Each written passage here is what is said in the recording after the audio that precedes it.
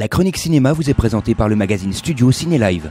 Bonjour à toutes, bonjour à tous, merci d'être fidèles à cette chronique cinéma qui, je l'espère, chaque semaine vous donne envie de sortir et d'aller au cinéma. Alors déjà, avant de commencer la sélection de cette semaine, un gros mea culpa, puisqu'effectivement, je vous ai promis une nouveauté dans cette chronique cinéma, une citation comme ça qui sera dite chaque semaine, et ce serait à vous de retrouver donc cette citation. La semaine dernière, j'ai complètement oublié, la preuve que c'est une nouveauté, puisque même moi, j'ai complètement oublié de vous en parler.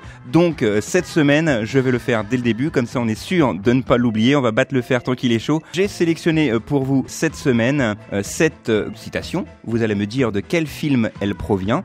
Si tu tues une baleine, tu auras les écolos, Greenpeace et le commandant Cousteau sur le dos. Mais décime un banc de sardines, j'aime autant te dire qu'on t'aidera à les mettre en boîte.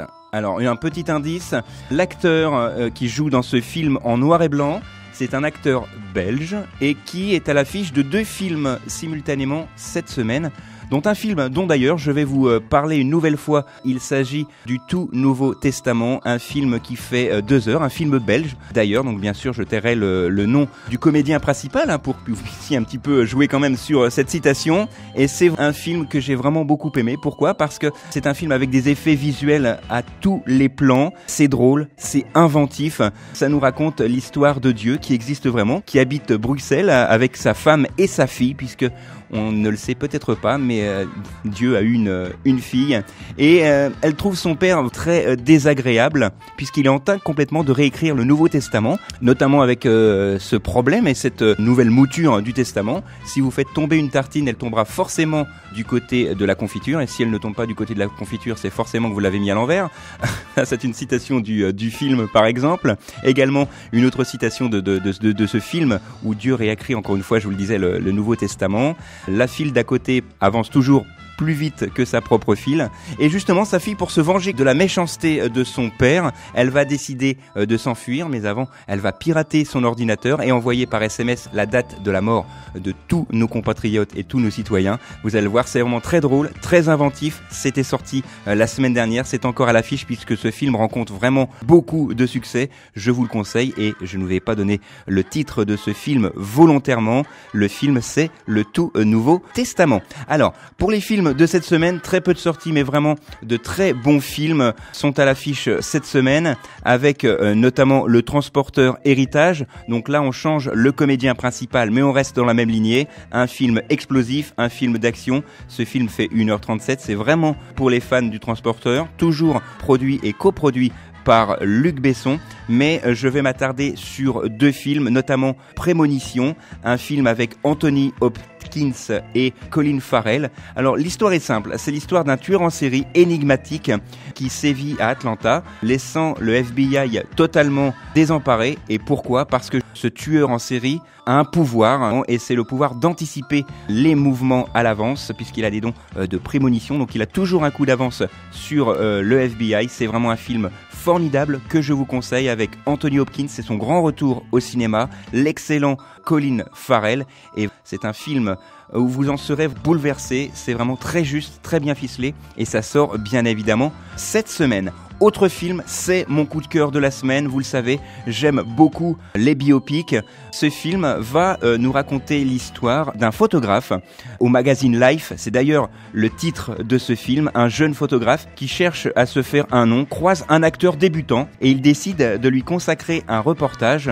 Cette série de photos iconiques rebondit et le photographe devient célèbre puisque le comédien en question qui l'a photographié devient lui aussi célèbre. Ce comédien n'est autre que James Dean. C'est une histoire vraie, une histoire d'amitié entre un jeune photographe et un jeune comédien. L'un des meilleurs biopics qui puisse exister après celui sur Marilyn Monroe et celui sur Alfred Hitchcock sorti il y a 2-3 ans maintenant.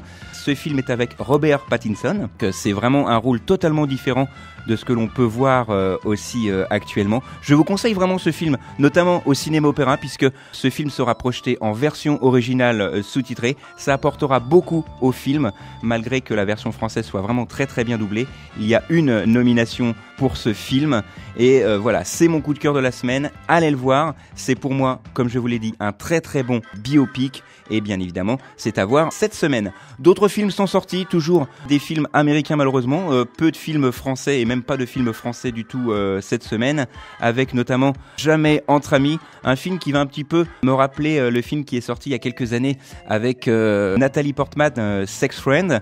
Ce film s'intitule Jamais entre amis. Pour moi, c'est un copier-coller. Allez le voir si vraiment il vous reste encore une place sur votre carte, sinon vous pouvez l'éviter sans aucun problème, surtout qu'il fait quand même 1h41. C'est un peu long, surtout pour le sujet qui est abordé, mais il reste encore d'autres films à l'affiche, notamment un film français que j'ai beaucoup aimé également. Il s'agit de La Volante avec Nathalie Baye. Moi, je dois vous avouer que pendant toute la durée du film, j'ai vraiment été mal à l'aise. J'ai eu du mal à m'en mettre, même si effectivement il n'y a aucune violence dans le film, et c'est vraiment plutôt une violence psychologique, puisque dans ce film, Nathalie Baye va perdre son fils suite à un accident de voiture. Un couple emmène sa femme à l'hôpital pour accoucher. Il va renverser un homme. C'est donc le fils de Nathalie Baye dans le film, et elle va comme ça essayer de se faire embaucher dans la même entreprise où travaille l'homme qui a eu un accident. Elle va essayer de s'introduire dans sa vie. Vous allez le voir, c'est vraiment très glauque, c'est vraiment une ambiance très très pesante.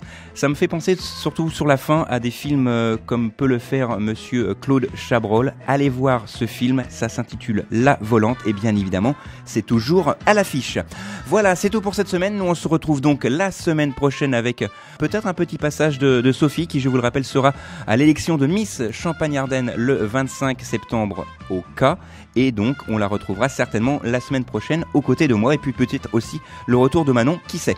Voilà, nous on se retrouve donc la semaine prochaine, même endroit, même heure. D'ici là, sortez, allez au ciné, et tant que vous êtes au ciné, au moins, vous n'êtes pas devant la télé.